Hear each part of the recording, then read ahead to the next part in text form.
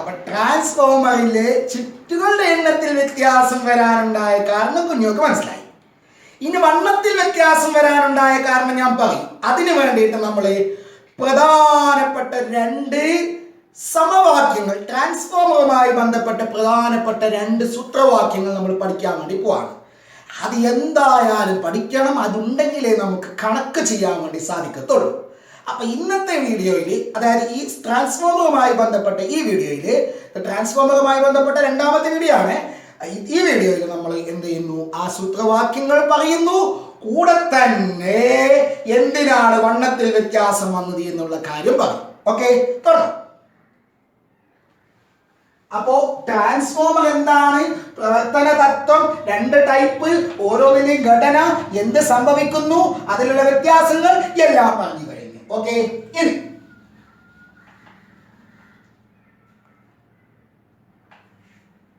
നമ്മൾ പറഞ്ഞു എന്തിനാ ഈ ചുറ്റിന്റെ എണ്ണം ഇവിടെ കൂട്ടിയത്?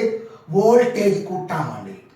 അപ്പൊ ചുറ്റുകളുടെ എണ്ണം കൂടുന്തോറും വോൾട്ടേജ് കൂടിക്കൊണ്ട് വരും. ചുറ്റുകളുടെ എണ്ണം കുറയുന്തോറും വോൾട്ടേജ് കുറഞ്ഞുകൊണ്ട് വരും. അപ്പൊ നിങ്ങൾക്ക് ഇവിടെ ഒരു 10 വോൾട്ട് എ സി ഉണ്ട്. 10 വോൾട്ട് എ സി ഉണ്ട്. 10 വോൾട്ട് എ സിനെ നിങ്ങൾ 30 വോൾട്ട് എ സി ആക്കി മാറ്റണം. നിങ്ങളോട് ഒരു ക്വസ്റ്റ്യൻ ചോദിച്ചു, 10 വോൾട്ട് എ സിനെ 30 വോൾട്ട് എ സി ആക്കി മാറ്റണം എങ്കിൽ ഏത് ട്രാൻസ്ഫോമറാ? 10 വോൾട്ടിന് 30 വോൾട്ട്. അപ്പൊ വോൾട്ടേജ് കൂട്ടേണ്ടതല്ലേ? അപ്പൊ സ്റ്റെപ്പ് അപ്പ്. ഓക്കെ, എന്നിട്ട് ചോദിച്ചു എവിടെയാണ് ചുറ്റുകളുടെ എണ്ണം കൂടുതൽ വേണ്ടത്? വോൾട്ടേജ് കൂട്ടിയിട്ട് പുറത്തേക്ക് കിട്ടണം. അപ്പൊ സെക്കൻഡറിയിലാണ് കിട്ടേണ്ടത്. വോൾട്ടേജ് കൂട്ടിയിട്ട് കിട്ടണമെങ്കിൽ ചുറ്റുകളുടെ എണ്ണം കൂടണം. അപ്പൊ സെക്കൻഡറിയിലാണ് ചുറ്റുകളുടെ എണ്ണം കൂടുതൽ.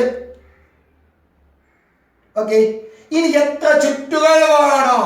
സെക്കൻഡറി ചുറ്റുകളുടെ എണ്ണം കൂടുതൽ വേണം. ഓക്കെ, എത്ര വേണം? കൃത്യമായിട്ട് എത്ര വേണം? അത് കാൽക്കുലേറ്റ് ചെയ്യണം. അതിനു വേണ്ടിയിട്ട് നമ്മുടെ കയ്യിൽ ഒരു സൂത്രവാക്യമുണ്ട്. മാഷ് അത് ഡയറക്റ്റ് പറയാണ്, നമുക്ക് അങ്ങനെ ഡയറക്റ്റ് മതി. ഓക്കെ, അതായത് ഈ ചുറ്റുകളുടെ എണ്ണവും വോൾട്ടേജും തമ്മിൽ വ്യത്യാസമുണ്ട്. ചുറ്റിന്റെ എണ്ണം മാറുമ്പോൾ വോൾട്ടേജ് മാറും. ചുറ്റിന്റെ എണ്ണം കൂടുമ്പോൾ വോൾട്ടേജ് കൂടും, കുറയുമ്പോൾ വോൾട്ടേജ് കുറയും. അപ്പൊ എങ്ങനെയാണ് ചുറ്റുകളുടെ എണ്ണവും വോൾട്ടേജും തന്നാൽ കൃത്യമായ ചുറ്റുകളുടെ എണ്ണം കണ്ടുപിടിക്കുന്നത് എങ്ങനെയാണ്? അപ്പൊ ആദ്യത്തെ സൂത്രവാക്യം പഠിക്കാൻ വേണ്ടി പോവാണ്. ചുറ്റുകളുടെ എണ്ണവും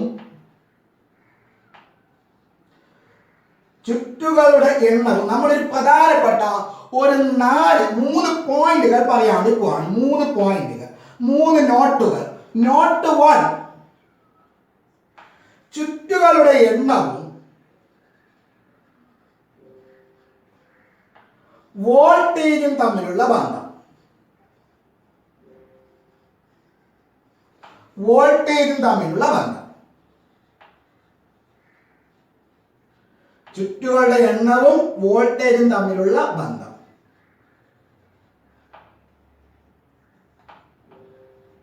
ഓക്കെ, പ്രൈമറിയിലെ വോൾട്ടേജ് VP എന്ന് വിചാരിക്കുക. വോൾട്ടേജ് ഇൻ പ്രൈമറി എന്നാണ്. പ്രൈമറിയിലെ വോൾട്ടേജ് ആണ് VP. സെക്കൻഡറിയിലെ വോൾട്ടേജ് ആണ് VS. പ്രൈമറിയിലെ വോൾട്ടേജ് VP, സെക്കൻഡറിയിലെ വോൾട്ടേജ് VS. അതേപോലെ പ്രൈമറിയിലെ ചുറ്റുകളുടെ എണ്ണം NP, number of turns in primary. സെക്കൻഡറിയിലെ ചുറ്റുകളുടെ എണ്ണം NS. ഓക്കെ, പ്രൈമറിയിലെ ചുറ്റുകളുടെ ഇങ്ങനെ 4 ക്വാണ്ടിറ്റികൾ, 4 അളവുകൾ ഒന്ന് മനസ്സിലേക്ക് കൊണ്ടുപോകാം. പ്രൈമറിയിലെ വോൾട്ടേജ് VP, സെക്കൻഡറിയിലെ voltage VS.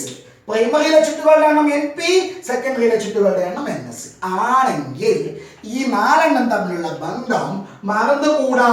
VS by VP, VS by VP സമം NS by NP. VS by VP is equal to NS by NP. Okay, very important equation.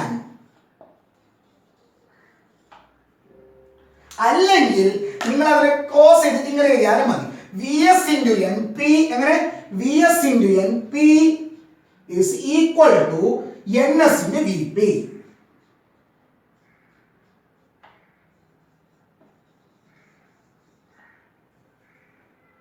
അപ്പൊ ഇതിൽ ഏതെങ്കിലും 3 എണ്ണം അറിയുന്നുണ്ടെങ്കിൽ 4ാമത്തെ ഈസി ആയിട്ട് കണ്ടുപിടിക്കാം. ഓക്കെ, ഏതെങ്കിലും 3 നമുക്ക് അറിഞ്ഞാൽ 4ാമത്തേത് ഈസി ആയിട്ട് കണ്ടുപിടിക്കാം.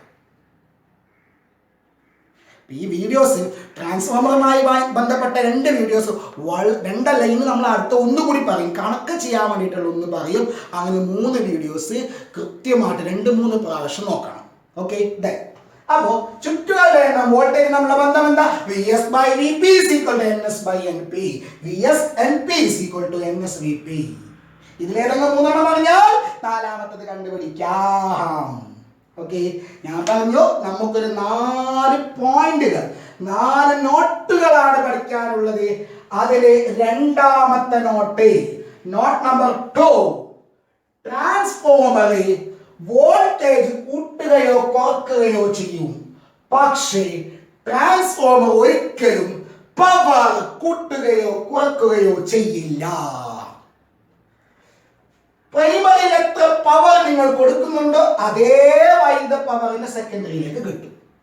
ഒരിക്കലും പവറിനെ കൂട്ടാൻ, ഇവിടെ എത്രയാണോ ഇലക്ട്രിക് പവർ വൈദ്യുത പവർ നമ്മൾ കൊടുക്കുന്നത് അതേ പവർ തന്നെ ഇവിടെ കിട്ടും. ഇവിടെ എത്രയാണോ പവർ കൊടുക്കുന്നത് അതേ പവർ തന്നെ ഇവിടെ കിട്ടും. ഓക്കെ, അതായത് ട്രാൻസ്ഫോമർ ഒരിക്കലും പവർ കൂട്ടുകയോ കുറക്കുകയോ ചെയ്യുന്നില്ല.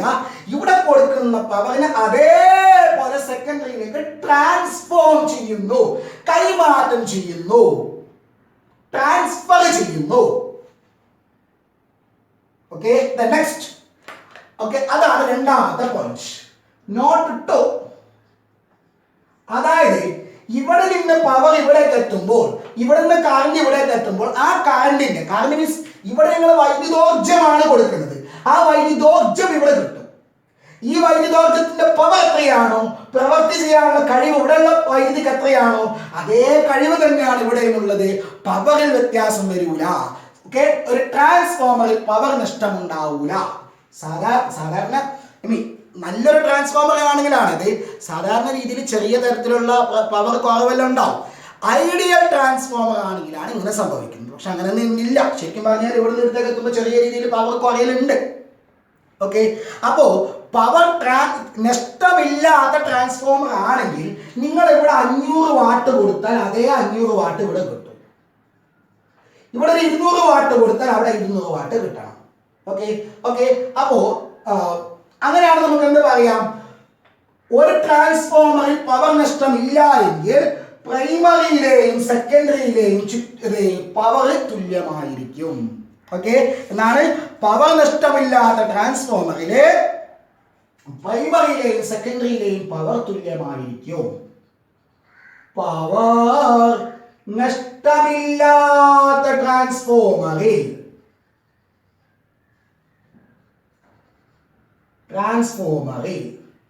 നിങ്ങളോട് പരീക്ഷയ്ക്ക് ചോദിച്ചു, ഒരു പവർ നഷ്ടമില്ലാത്ത ട്രാൻസ്ഫോമർ നിങ്ങളുടെ കയ്യിലുണ്ട് എങ്കിൽ പ്രൈമറിയിൽ 500 വാട്ട് കൊടുത്താൽ സെക്കൻഡറിയിലെ പവർ എത്ര? ഉത്തരം സിമ്പിൾ, 500 വാട്ട്. എന്റെ പവർ നഷ്ടമില്ലാത്തതെന്ന് പറഞ്ഞിട്ടുണ്ടല്ലോ. ഓക്കെ, അപ്പൊ പവർ നഷ്ടമില്ലാത്ത ട്രാൻസ്ഫോം അങ്ങനെയല്ല ചോദിക്കോ? നിങ്ങൾക്ക് തോന്നില്ല ഇത്ര സിമ്പിൾ ആയതെല്ലാം ചോദിക്കോ? ഉണ്ട്, ചോദിച്ചിട്ടുണ്ട്. ഓക്കെ, പവർ നഷ്ടമില്ലാത്ത ട്രാൻസ്ഫോമറിൽ പ്രൈമറിയിലെ പവർ സമം സെക്കൻഡറിയിലെ പവർ. പ്രൈമറിയിലെ പവർ സമം സെക്കൻഡറിയിലെ പവർ. ഇതാ നമ്മൾ 2ാമത്തെ സൂത്രവാക്യം പഠിക്കാൻ പോവാണ്. സെക്കൻഡറിയിലെ പവർ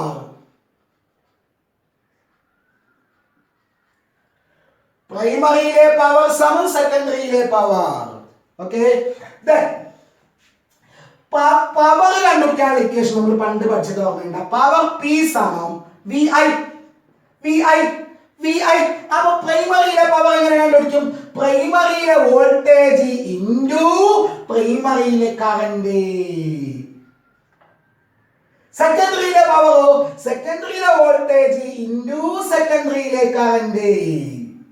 ഇത് രണ്ടും തുല്യമായിരിക്കും. കണ്ട 2ാമത്തെ ഇക്വേഷൻ.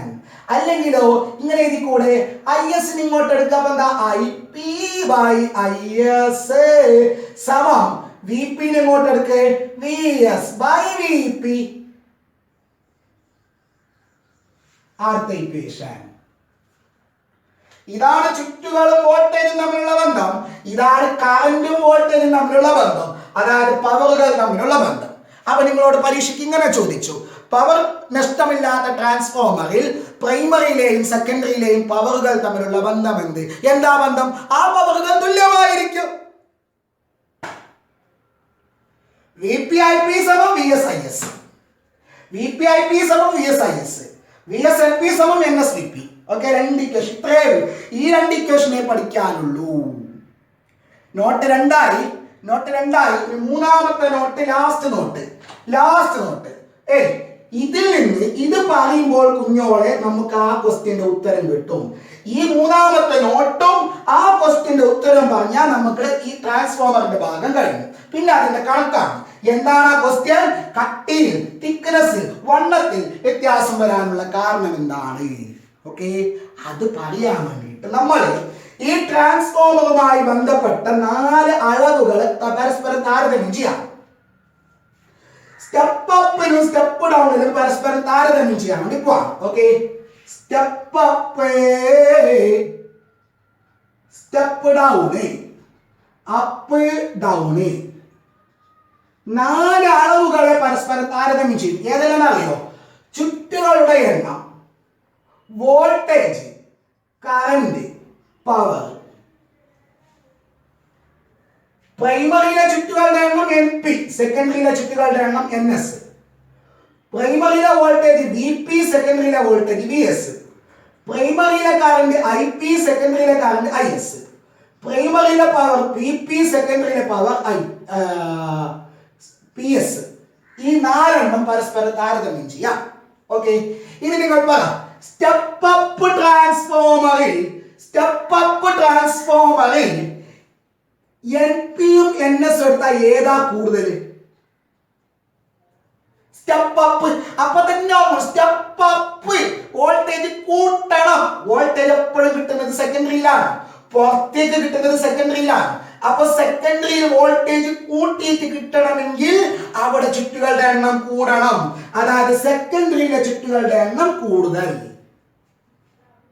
ഇതേ അളവ് ഇവിടെ എഴുതിയാലോ? NP NS.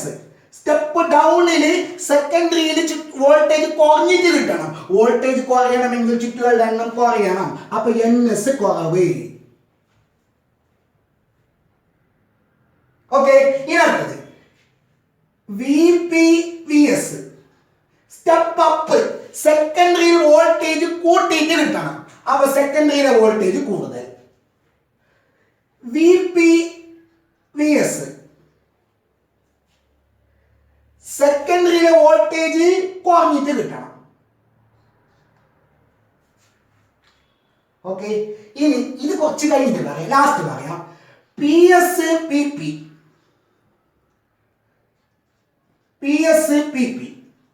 എന്താണ്? പ്രൈമറിയിലെ പവറും സെക്കൻഡറിയിലെ പവറും തുല്യമാണ്. അവിടെ കൂടുതൽ കുറവ് എന്ന് പറഞ്ഞുകൂടാ. ഓക്കെ, രണ്ടിലെയും പവർ തുല്യമാണ്. PP PS is equal.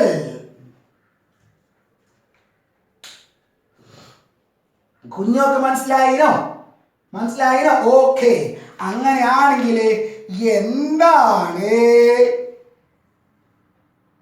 IPയും ISും തമ്മിലുള്ള ബന്ധം? അതാണ് ഇനി മാസ്റ്റർ പറയാൻ വേണ്ടി പോകുന്നത്. നല്ലോണം ശ്രദ്ധിക്കണം. IP IS ഏതാണ് വലുത്, ഏതാണ് ചെറുത്? വാ ഇങ്ങോട്ട് വാ. എന്താണ് ഈ PP PS കാണാ? ഈ 2 ട്രാൻസ്ഫോമർ ആണെങ്കിൽ ഞാൻ ആദ്യം സ്റ്റെപ്പ് അപ്പിന്റെ പറയാം. സ്റ്റെപ്പ് അപ്പ് ട്രാൻസ്ഫോമറിൽ VP IP VS IS തുല്യമാവണ്ടേ? ഇതിലെ 2-3 പ്രാവശ്യം കേട്ടാലേ തലക്ക് പോവുള്ളൂ. ഇവിടത്തെ പവറും തുല്യമാവണല്ലോ. അപ്പല്ലേ ഞാൻ ആദ്യം സ്റ്റെപ്പ് അപ്പിലെ കാര്യം പറയാം. VP IP തുല്യമാണ് VS IS. ഇനി സ്റ്റെപ്പ് അപ്പിൽ ഏതാ കൂടുതൽ? VP ആണോ കൂടുതൽ, VS ആണോ? VS കൂടുതലാണ്, VP കുറവാണ് അല്ലെ? സെക്കൻഡറിയിലെ വോൾട്ടേജ് കൂടുതലാണ്, ഇത് കുറവാണ്. കേൾക്ക്, ഇത് കൂടുതലാണ്, ഇത് കുറവാണ്. പക്ഷെ ഇത് രണ്ടും തുല്യമാവണം. അത് തുല്യമാവണമെങ്കിൽ ഇനിയാണ് നിങ്ങൾ ശ്രദ്ധിക്കേണ്ടത്. ഇത് കുറവാണ്, ഇത് കൂടുതലാണ്. പക്ഷെ ഇത് രണ്ടും തുല്യമാവണം. അങ്ങനെയാണെങ്കിൽ IP കൂടണം, IS കുറയണം. വേണ്ടേ? ഇതിനെ ഇതുകൊണ്ട് ഗുണിച്ചത് ഇതിനെ ഇതുകൊണ്ട് ഗുണിച്ചതിനോട് തുല്യമാണ്. ഇത് കുറവാണ്, ഇത് കൂടുതലാണ്. അപ്പൊ ഇത് തുല്യമാണെങ്കിൽ IP കൂടണം, IS കുറയണം. ഓക്കെ, അതായത് സ്റ്റെപ്പ് അപ്പ് ട്രാൻസ്ഫോമറിൽ സെക്കൻഡറിയിൽ വോൾട്ടേജ് കൂടുതലാണെങ്കിലും അവിടെ കറന്റ് കുറവാണ്. സെക്കൻഡറിയിൽ വോൾട്ടേജ് കൂടുതലാണ്, കറന്റ് കുറവാണ്. ഇനി നേരെ സ്റ്റെപ്പ് ഡൗണിലേക്ക് വാ. VP/IP സമം VS/IS. ഇനി സ്റ്റെപ്പ് ഡൗൺ, ഇത് അപ്പില്, ഇത് ഡൗണില്. ഏതാണ് ഡൗണിൽ കുറവ്? VS കുറവാണ്, VP കൂടുതലാണ്. അല്ല, സെക്കൻഡറിയിൽ വോൾട്ടേജ് കുറവാണ്, പ്രൈമറിയിൽ കൂടുതലാണ്. പക്ഷെ അത് രണ്ടും തുല്യമാണെങ്കിലോ, ഇത് രണ്ടും തുല്യമാവണമെങ്കിലോ IS കൂടണം, IP കുറയണം. അതായത് സ്റ്റെപ്പ് ഡൗൺ ട്രാൻസ്ഫോമറിൽ വോൾട്ടേജ് സെക്കൻഡറിയിൽ കുറവാണ്, പക്ഷെ അവിടെ കറന്റ് കൂടുതലാണ്. മറന്നുകൂടാ, ഇമ്പോർട്ടന്റ് പോയിന്റ് ആണ്. അപ്പൊ ഞാൻ കഴിഞ്ഞ വീഡിയോയിൽ പറഞ്ഞൊരു കാര്യമുണ്ടോ? ചുറ്റുകളുടെ എണ്ണം കൂടുതലുള്ള സ്ഥലത്ത് വോൾട്ടേജ് കൂടുതലാണ്. ചുറ്റുകളുടെ എണ്ണം കൂടുതലുള്ള സ്ഥലത്ത് വോൾട്ടേജ് കൂടുതലാണ്, കറന്റ് കുറവാണ്, കട്ടി കുറവാണ്. രണ്ടെണ്ണം കൂടുന്ന സ്ഥലത്ത് രണ്ടെണ്ണം കുറവാണ്. ചുറ്റുകളുടെ എണ്ണം കൂടുന്ന സ്ഥലത്ത് വോൾട്ടേജ് കൂടുതലാണ്, കട്ടി കുറവാണ്, കറന്റ് കുറവാണ്. ചുറ്റുകളുടെ എണ്ണം കുറവുള്ള സ്ഥലത്ത് വോൾട്ടേജ് കുറവാണ്, കറന്റ് കൂടുതലാണ്, കട്ടി കൂടുതലുള്ള സ്ഥലത്ത് കറന്റ് കൂടുതലാണ്, ചുറ്റുകളുടെ എണ്ണം കുറവാണ്, വോൾട്ടേജ് കുറവ്. ഒന്നുകൂടി. ചുറ്റുകളുടെ എണ്ണം കൂടുതലുള്ള സ്ഥലത്ത് വോൾട്ടേജ് കൂടുതലാണ്, കട്ടി കുറവാണ്, കറന്റ് കുറവാണ്. ചുറ്റുകളുടെ എണ്ണം കുറവുള്ള സ്ഥലത്ത് വോൾട്ടേജ് കുറവാണ്, കട്ടി കൂടുതലാണ്, കറന്റ് കൂടുതലാണ്. രണ്ടെണ്ണം കൂടുതലുള്ള സ്ഥലത്ത് രണ്ടെണ്ണം കുറവാണ്. ഓക്കെ, ചുറ്റുകളുടെ എണ്ണം കൂടുമ്പോൾ വോൾട്ടേജ് കൂടും, കറന്റ് കുറയും, കട്ടിയും കുറയും. കട്ടി കൂടുമ്പോൾ കറന്റ് കൂടും, വോൾട്ടേജും കുറയും, എണ്ണം കുറയും. ഇതിനേക്കാളും കൂടുതൽ എങ്ങനെയാ പറയാ കുഞ്ഞോളെ? ക്ലിയർ? സംശയമില്ലല്ലോ. അപ്പൊ ഇതാണ് നോട്ട് 3. ഇനി നമുക്ക് ഇത് എന്തിനാണ് ചുറ്റുകളുടെ എണ്ണത്തിൽ വ്യത്യാസം വരുത്തിയെന്ന് പറയാം. ഇനി ഞാൻ ചോദിക്കട്ടെ, ഇവിടെ ഇതാണല്ലോ സ്റ്റെപ്പ് ഡൗൺ ആയിട്ട് പറഞ്ഞത് അല്ലെ? ഇവിടെ സ്റ്റെപ്പ് ഡൗണിന്റെ സെക്കൻഡറിയിൽ കറന്റ് കൂടുതലാണ്, കുറവാണ്? സ്റ്റെപ്പ് ഡൗണിന്റെ സെക്കൻഡറിയിൽ കട്ടി കുറവല്ലേ? കട്ടി കുറവുള്ള സ്ഥലത്ത് കറന്റ് കുറവാണ്, കട്ടി കുറവുള്ള സ്ഥലത്ത് വോൾട്ടേജ് കുറവാണ്, കറന്റ് കൂടുതലാണ്. നോക്ക്, കറന്റ് കൂടുതലാണ്. ഇവിടെ കറന്റ് കൂടുതലാണ്. കറന്റ് കൂടുമ്പോൾ പണ്ട് നമ്മൾ പഠിച്ച ഇക്വേഷൻ H=I²RT. കറന്റ് കൂടുമ്പോൾ ഉൽപ്പാദിപ്പിക്കുന്ന താപത്തിന്റെ അളവ് കൂടും. കറന്റ് കൂടുമ്പോൾ താപത്തിന്റെ അളവ് കൂടും. താപത്തിന്റെ അളവ് കൂടിക്കഴിഞ്ഞാൽ താപരൂപത്തിൽ ഊർജ്ജനഷ്ടമുണ്ടാകുന്നു, പവർ നഷ്ടമുണ്ടാകും. പവർ നഷ്ടമുണ്ടാവാൻ പാടില്ല. അത് മാത്രമല്ല, ഉയർന്ന അളവിൽ താപം ഉൽപ്പാദിപ്പിക്കുമ്പോൾ കമ്പി ഉരുകിപ്പോവാൻ സാധ്യതയുണ്ട്. അപ്പൊ എന്താക്കണം? താപത്തിന്റെ അളവ് കുറക്കണം. താപത്തിന്റെ അളവ് കുറക്കാൻ കറണ്ട് കുറക്കാൻ പറ്റില്ല, കറണ്ട് ഓൾറെഡി കൂടിപ്പോയി. അപ്പൊ പിന്നെ എന്ത് കുറക്കണം? പ്രതിരോധം കുറക്കണം. പ്രതിരോധം കുറക്കണമെങ്കിൽ വണ്ണം കൂടിയ കമ്പി ഉപയോഗിച്ചാൽ മതി. അതുകൊണ്ടാണ് വണ്ണം കൂടിയ കമ്പി ഉപയോഗിച്ചത്. ഒന്നുകൂടി വാ. എന്താണ്? സ്റ്റെപ്പ് ഡൗൺ ട്രാൻസ്ഫോമറിന്റെ സെക്കൻഡറിയിൽ കറന്റ് കൂടുതലാണ്. ഉയർന്ന കറന്റ് ഒഴുകുമ്പോൾ താപരൂപത്തിൽ നഷ്ടപ്പെടുന്ന ഊർജ്ജ നഷ്ടം കൂടുതലായിരിക്കും. അത് മാത്രമല്ല, ഉയർന്ന താപത്തിൽ ഇവിടെ കട്ടി കുറഞ്ഞ കമ്പി ഉപയോഗിച്ചാൽ അവിടെ എന്താകും? ഉരുകിപ്പോവാനുള്ള സാധ്യതയുണ്ട്. അപ്പോൾ ഈ Hന്റെ അളവ് കുറക്കണമെങ്കിൽ പ്രതിരോധം കുറച്ചാൽ മതി. പ്രതിരോധം കുറക്കാൻ വേണ്ടിയിട്ടാണ് അവിടെ എന്തുപയോഗിച്ചത്? കട്ടി കൂടിയ കമ്പി ഉപയോഗിച്ചത്. അതേപോലെ ഇവിടെ വോൾട്ടേജ് കുറവാണ്, കറന്റ് കൂടുതലാണ്. ഉയർന്ന കറന്റ് പോകുന്ന സമയത്ത് അതേപോലെ ഇവിടെ H കൂടാനും ഇത് ഉരുകാനും സാധ്യതയുണ്ട്. ഓക്കെ, അപ്പൊ അത് ഒഴിവാക്കണമെങ്കിൽ പ്രതിരോധം കുറക്കണം. അതുകൊണ്ടാണ് കട്ടി കൂടിയ കമ്പി ഉപയോഗിക്കുന്നത്. ഇപ്പൊ അതും ക്ലിയർ ആയില്ല. അപ്പൊ 3 പോയിന്റുകൾ: ചുറ്റുകളുടെ എണ്ണം, വോൾട്ടേജ് തമ്മിലുള്ള ബന്ധം, പവർ തമ്മിലുള്ള ബന്ധം, ഈ റിലേഷൻസ്, ഈ ബന്ധങ്ങൾ. അതേപോലെ എന്താ പറയാ, പിന്നെ കട്ടി കൂട്ടാനും കുറക്കാനും ഉണ്ടായ കാരണം. ഒരേ ഒരു പോയിന്റ് കൂടി മാഷ് പറഞ്ഞിട്ട് മാഷ് നിർത്താണ്. അത് പരീക്ഷയ്ക്ക് ചിലപ്പോൾ ചോദിച്ചെന്ന് വരാം. ഓക്കെ, ഇവിടെ NP കുറവും NS കൂടുതലല്ലേ എങ്കിൽ NS/NP എടുക്കുമ്പോൾ അത് ഒന്നിനേക്കാൾ കൂടുതലാണ് കുറവാണ്. നോക്കി, NS കൂടുതൽ, അതായത് അംശത്തിൽ കൂടുതലും ഛേദത്തിൽ കുറവുമുള്ള സംഖ്യ ഒന്ന്. ഫോർ എക്സാമ്പിൾ 2/1, അംശം കൂടുതൽ ഛേദം കുറവ്. അപ്പൊ ഇതെന്താണ്? 2 അല്ലേ? 2 ഒന്നിനേക്കാൾ കൂടുതലാണ്. അംശം കൂടുകയും ഛേദം കുറയുകയും ചെയ്യുമ്പോൾ എപ്പോഴും ഒന്നിനേക്കാൾ കൂടുതലാണ്. അങ്ങനെയാണെങ്കിൽ NS/NP ഒന്നിനേക്കാൾ കൂടുതലാണ്. ഇവിടെയോ VS/VPയോ VS/VP, VS കൂടുതലാണ്, VP കുറവാണ്, അതുകൊണ്ട് ഒന്നിനേക്കാൾ കൂടുതലാണ്. ഇനി IS/IPയോ ഇവിടെ IS കുറവാണ്, ഒന്നിനേക്കാൾ കുറവാണ്. അംശം കൂടുതലും ഛേദം കുറവും, അപ്പൊ ഒന്നിനേക്കാൾ കുറയും. അംശം കുറവും ഛേദം കൂടുതലുമായ ഒന്നിനേക്കാൾ കുറയും. ഫോർ എക്സാമ്പിൾ 1/2 ഒന്നിനേക്കാൾ കുറവാണ്. ഇനിയോ PSIPP അതെത്രയാ? രണ്ടും ഈക്വൽ അല്ലേ, തുല്യമല്ല. അതൊക്കെ ഒന്നിന് ഈക്വൽ ആണ്, ഒന്നിന് തുല്യമാണ്. ഓക്കെ, ഇനി ഇവിടെ അതേപോലെ NS/NP ഏതാ കൂടുതൽ? അംശം കുറവാണ്, ഛേദം കൂടുതലാണ്, അപ്പൊ ഇത് ഒന്നിനേക്കാൾ കുറവാണ്. ഇവിടെയോ VS/VP, VS കുറവാണ്, VP കൂടുതലാണ്, അതുകൊണ്ട് ഇത് ഒന്നിനേക്കാൾ കുറവാണ്. ഓക്കെ, IS/IP ഇവിടെ IS ആണ് കൂടുതൽ, അപ്പൊ അത് ഒന്നിനേക്കാൾ കൂടുതലാണ്. പിന്നെയോ PS/PP ഈക്വൽ ടു 1. ട്രാൻസ്ഫോമറുമായി ബന്ധപ്പെട്ട എല്ലാം പറഞ്ഞു കഴിഞ്ഞു. ഇനി നമ്മൾ അതിന്റെ പ്രോബ്ലംസ് കണക്ക് ചെയ്യണമെങ്കിൽ പറഞ്ഞതെല്ലാം അറിയണം. സോ ഇതെല്ലാം പഠിച്ചിട്ട് അടുത്ത ക്ലാസ്സിലേക്ക് വാ. അപ്പൊ നമുക്ക് അതിന്റെ പ്രോബ്ലംസ് ചെയ്യാം.